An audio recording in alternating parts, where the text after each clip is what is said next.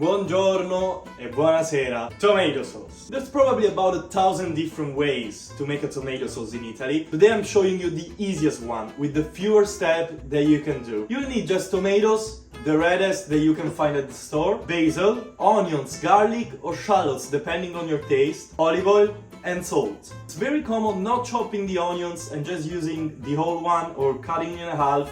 Today I'm gonna chop it because I like a little bit more onion flavor in there. I'm using yellow onion, red onion works too, the type that you prefer, doesn't change that much the flavor. Slice one onion, heat up some olive oil and add my onion to it. While the onions are softening up, you take care of the tomatoes. We're gonna cut it in small pieces depending on how much time you have to let it cook, because if you have a long time, like 2 or 3 hours, doesn't matter how small you cut it. Today I don't have that much time, so I'm gonna go like this. And these two, and I start adding it to the pan with onions. We do the same with the other tomatoes, so 1, 2, and then half.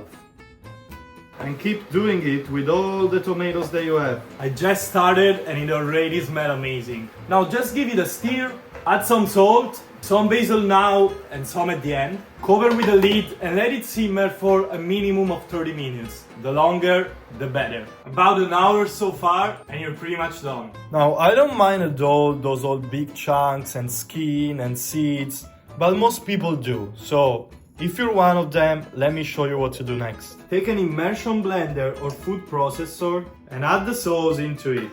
You want all this water to be in there. This water is coming from the tomatoes. I didn't add any water. And blend everything. Again, you can also use an immersion blender. It wasn't that ideal for me because I had a very low pan. So I'm putting it in the food processor and go. Add the sauce back to the pot. More fresh basil. Turn the heat back on and cook it again for about 5 minutes. And here it is. Let's give it a try. Buonissima. You might notice that the color is more on the orange side than the red one. That depends on how red were your tomatoes, the type of tomatoes you're using.